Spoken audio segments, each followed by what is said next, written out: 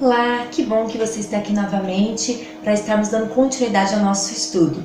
Neste momento, como de costume, eu peço que você feche seus olhos e vamos fazer uma oração.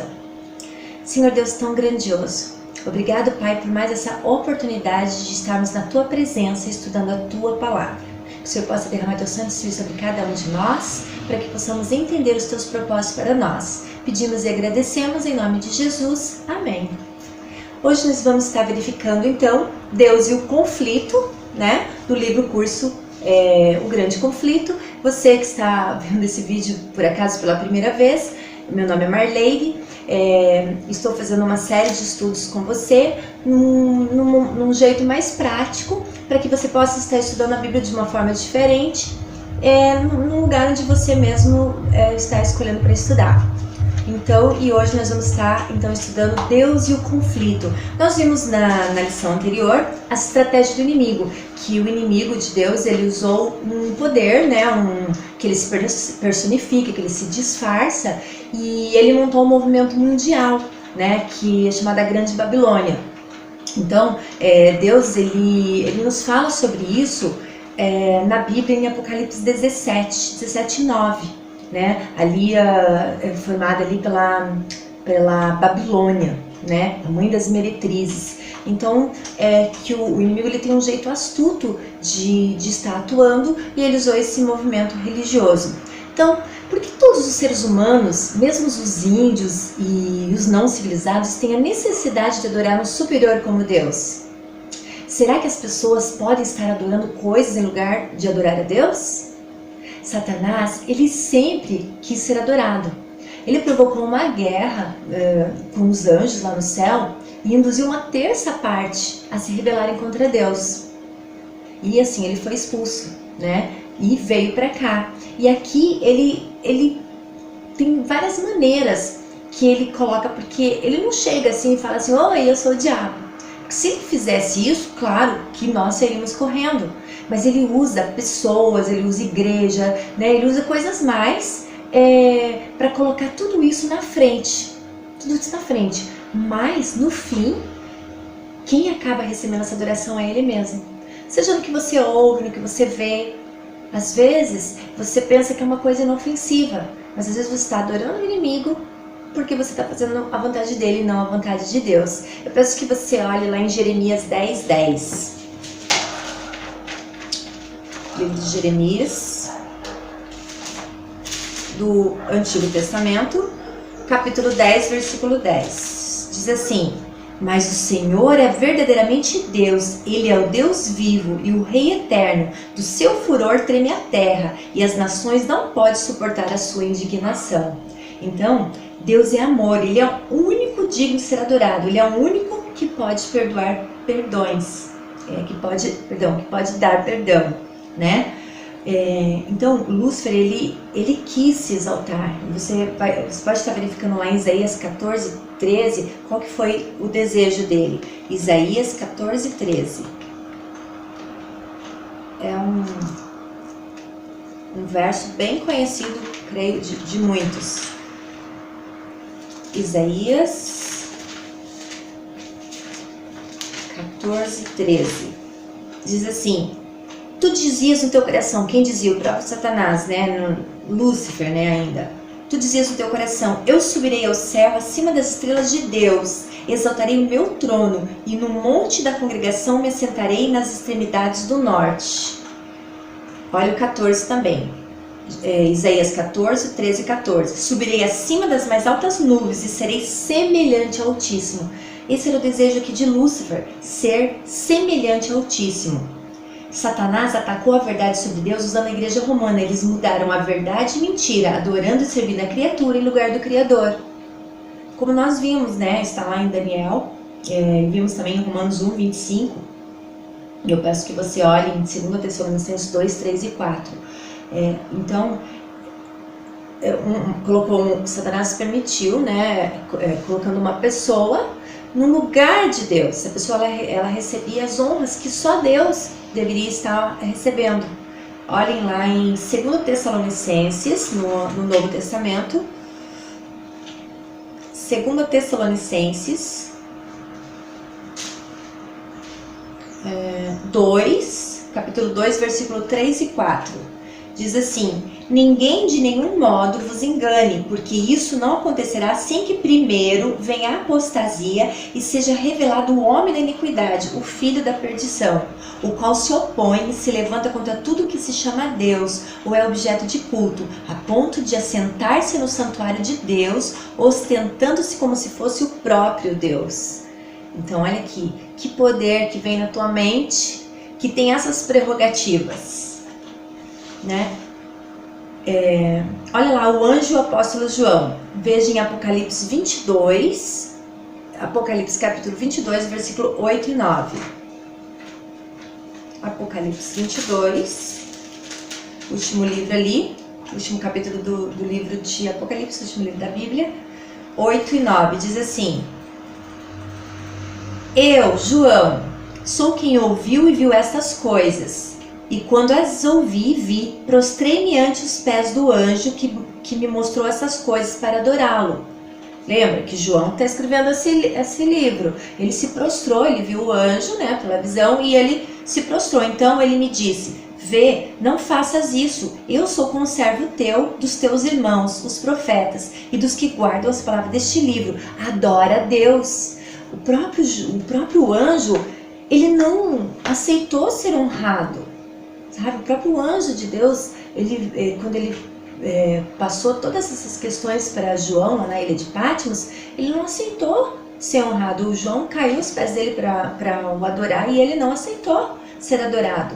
Então, muito mais pessoas, seres humanos, né? Olha lá em Atos, capítulo 10, versículo 25 e 26 também. Atos 10, 25 e 26, diz assim: aconteceu que indo Pedro a entrar-lhe, saiu Cornélio ao encontro e prostrando-se-lhe aos pés o adorou. Mas Pedro levantou dizendo: ergue-te, que eu também sou homem. Olha só, esse aqui é o episódio ali do centurião Cornélio, né? Quando ele pediu para que chamassem Pedro para explicar sobre a palavra de Deus para ele. Pedro, neste mesmo momento, nós vamos estar falando isso num outro decorrer, mas neste mesmo momento ele estava recebendo um lençol com carnes impuras e ele não estava entendendo aquela questão, até que Deus impressionou a mente dele, né, através da ação do Espírito Santo. Ele entendeu que Deus não faz acepção de pessoas, então ele foi, junto com as pessoas que o próprio Cornélio havia pedido para buscarem Pedro. Pedro foi com aquelas pessoas e entrou na casa de Cornélio. Cornélio, quando ele viu Pedro, né, entendendo que era um apóstolo, né, de Cristo, ele se ajoelhou. E Pedro não aceitou ser honrado por pessoas, porque Pedro sabia, como eu e você devemos saber, que só Deus deve ser adorado e mais nada e mais ninguém. Nós vamos estar aqui verificando 4 questões que vão esclarecer um pouco mais sobre Deus e o conflito. Nós vimos ali as colunas da verdade. Nós temos Deus, Jesus, o Espírito Santo, né, a Bíblia e os 10 mandamentos ali, né? E hoje nós estamos vendo Deus e o conflito. Então vamos lá. Como o inimigo usou a igreja romana para jogar a verdade por terra, eu quero aqui fazer um paralelo para vocês, porque na lição anterior talvez, né, não ficou bem claro. Entenda o seguinte: a igreja apostólica era a igreja dos apóstolos, né? Os apóstolos ali que fundaram, e ela era fiel aos seus preceitos, fiel aos mandamentos de Deus, todos eles. E quando ela se tornou apostólica romana, aí sim, ela permitiu as concessões do cristianismo com o paganismo. E aí que aconteceu dela, né, dessa igreja, não ser mais pura, íntegra, e inclusive dela saírem outras. Então esse aqui é o contexto. Então como que o inimigo usou então essa igreja que era pura, né, e para jogar a verdade por terra? Olhem lá em Daniel 8, eu peço que no guia de vocês está o Daniel 8:12, mas eu gostaria que vocês lessem o Daniel 8:11 primeiro, Daniel 8:11 e 12.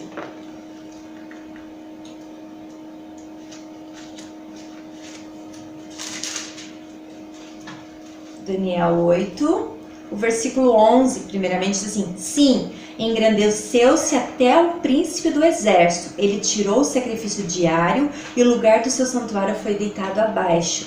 E agora o 12. O exército lhe foi entregue com o sacrifício diário por causa das transgressões e deitou por terra a verdade, e o que fez prosperou. Ou seja, o povo estava fiel, guardando todos os preceitos da lei de Deus, e de repente o inimigo de Deus usou, né, a ganância de certas pessoas, e elas, então, por luxúria, que nós vimos na lição anterior, ali, né, se embriagaram, né, os mercadores da terra, né, que a gente viu ali, os feiticeiros, né, os reis da terra, todos eles que aproveitaram deste momento da fragilidade do povo, que não tinha acesso à palavra de Deus, e usaram ali artimanhas para estar ali angariando recursos, dinheiros. Então aqui, ó, essa é a questão. Vamos ver em Apocalipse 17:1 também o complemento para vocês poderem responder essa pergunta: como que o inimigo usou a igreja romana para jogar a verdade por terra? Apocalipse 17:1 diz assim: veio um dos 7 anjos que tem as 7 taças e falou comigo, dizendo: vem, mostrar-te-ei o julgamento da grande meretriz, que se acha sentada sobre muitas águas. Ali a gente viu o contexto de muitas águas, como nós chegamos ali nas 7 colinas de Roma, na verdade, né, que tinha ali os 7 montes, no caso. Então aqui, ó, todas as nações têm bebido do vinho do furor da sua prostituição. Foi o que nós vimos, e a resposta aqui é: como que eles fizeram, né, usar a igreja romana? Eles colocaram a criatura para ser adorada ao invés do Criador, né? Ou seja, um ser humano estava recebendo as honras que só a Deus pertence. Essa é a resposta. Então, como que o inimigo usou a igreja romana? Fazendo isso, fazendo com que um ser humano recebesse a honraria que só Deus deveria estar recebendo. Quem somente pode perdoar pecados? Olha lá, você mesmo, na tua Bíblia, em 1 João 1,9. 1 João, volta um pouco ali. 1 João 1,9 diz assim: se confessarmos os nossos pecados, Ele é fiel e justo para nos perdoar os pecados e nos purificar de toda injustiça. Né? Então, Deus é a luz. Então, Deus, Ele é o único que pode perdoar pecados. Não é um ser humano falho como eu e você. Nós estudaremos mais pra frente a questão do santuário e vai ficar bem clara essa questão. Que Deus já havia nos preparado um plano para a salvação, e esse plano do sacrifício dele, do santuário, tem tudo a ver com essa questão.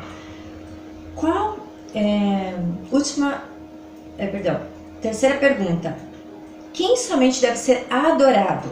Lucas capítulo 4, versículo 8.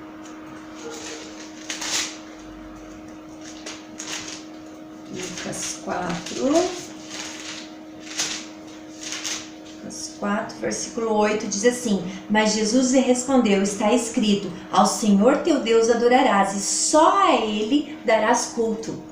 Olha que interessante, aqui a gente vê algumas passagens na Bíblia, e principalmente aqui no Novo Testamento, que ele declara, né, os preceitos dos mandamentos de Deus, que nós vamos ver mais pra frente também. Então, quem somente deve ser adorado? Só Deus. Quem perdoa o pecado? Só Deus também. Quarta pergunta de hoje, e última pergunta: qual é o chamado de Deus para seu povo que está nas igrejas que não o adoram? Né? Não o adoram corretamente. Apocalipse 18, versículo 4. Diz assim: ouvi outra voz do céu dizendo: retirai-vos dela, povo meu, para não serdes cúmplices em seus pecados, para não participar de seus flagelos. É o que nós vimos na lição anterior, onde Deus está pedindo para mim, para você: retirai-vos dela, povo meu. Lembra que eu falei na lição anterior? No final, bem no finalzinho, que Jesus estiver voltando, nós estamos vivendo esses momentos finais, mas quando Jesus estiver voltando, haverá apenas 2 povos: os que guardam os mandamentos de Deus e os que não guardam os mandamentos de Deus. Não terá mais placa de igreja. Mas neste momento que nós vivemos, é muito importante nós identificarmos uma igreja que guarde os preceitos de Deus, para que a gente possa congregar e com isso levar o evangelho de Deus para todas as pessoas, né? Então respondam lá. Qual é o chamado de Deus? Retirai-vos dela, povo meu, que está bem claro aqui, você tem que vocês grifassem na Bíblia de vocês, 18:4. Retirai-vos dela, povo meu, para não ser desculpos em seus pecados e para não participar dos seus flagelos. Pense nisso. Hoje Deus está dizendo para você sair do erro e vir para a verdade, sair do caminho errado e vir para o caminho certo. Você deve adorar e confessar os seus pecados somente a Deus, em nome de Jesus, e deve ser um cristão que ame a Deus e também ao próximo. Então, os frutos de uma pessoa cristã você vê. A pessoa fala aquilo que está escrito na palavra de Deus e ela vive aquilo que fala também. Ela ama a Deus sobre todas as coisas e o próximo como a ti mesmo. Assim, a verdade da palavra de Deus vai ser restaurada no seu coração. Você deseja ter a verdade de Deus restaurada no seu coração? Na sua vida? Se este é o desejo do seu coração, então se manifeste agora a Deus. Fala no fundo do teu coração: Senhor Deus, eu quero aprender de Ti, eu quero fazer a Tua vontade. Me ajude.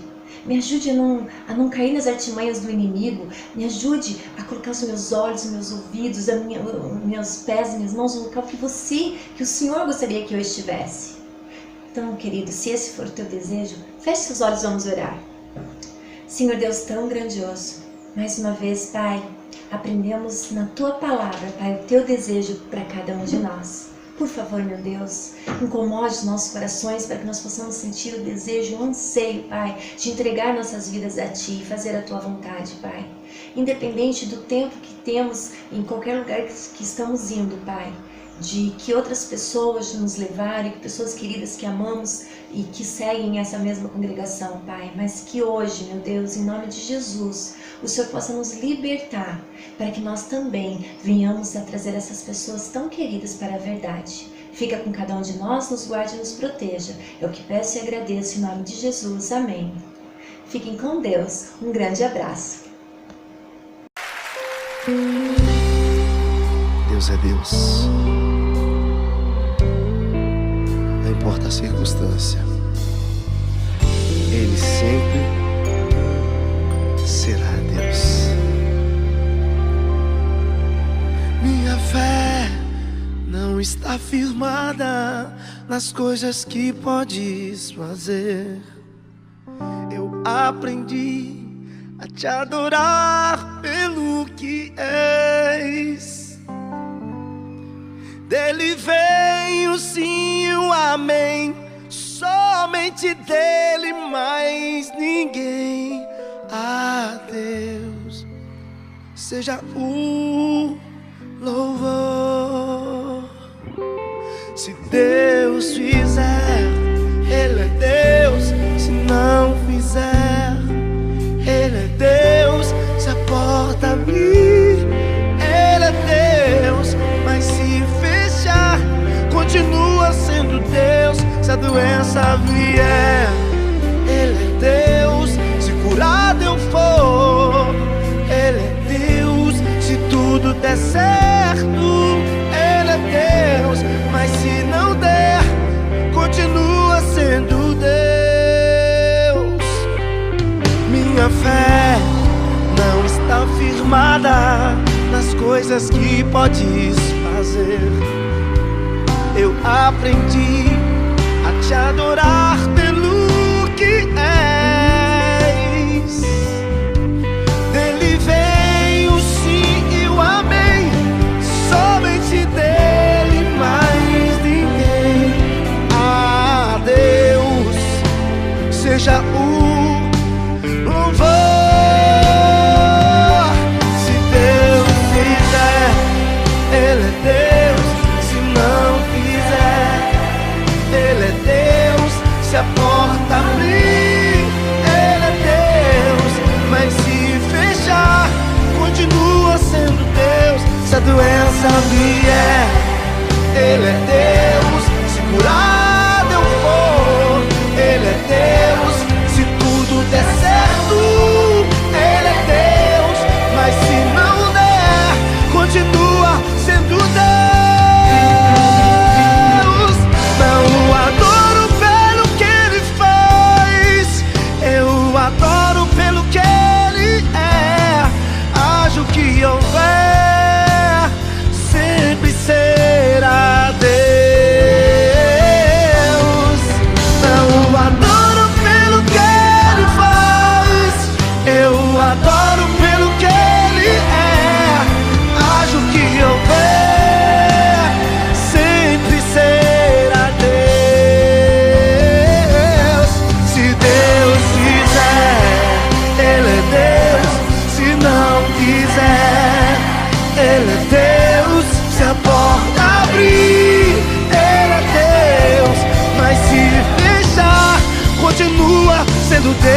se a doença vier, Ele é Deus. Se curado eu for, Ele é Deus. Se tudo der certo, Ele é Deus. Mas se não der, continua sendo Deus. Independente da sua circunstância, levante as suas mãos e adore sempre dizendo: Deus é Deus. Deus é Deus. Deus é Deus. Deus é Deus. Deus é Deus.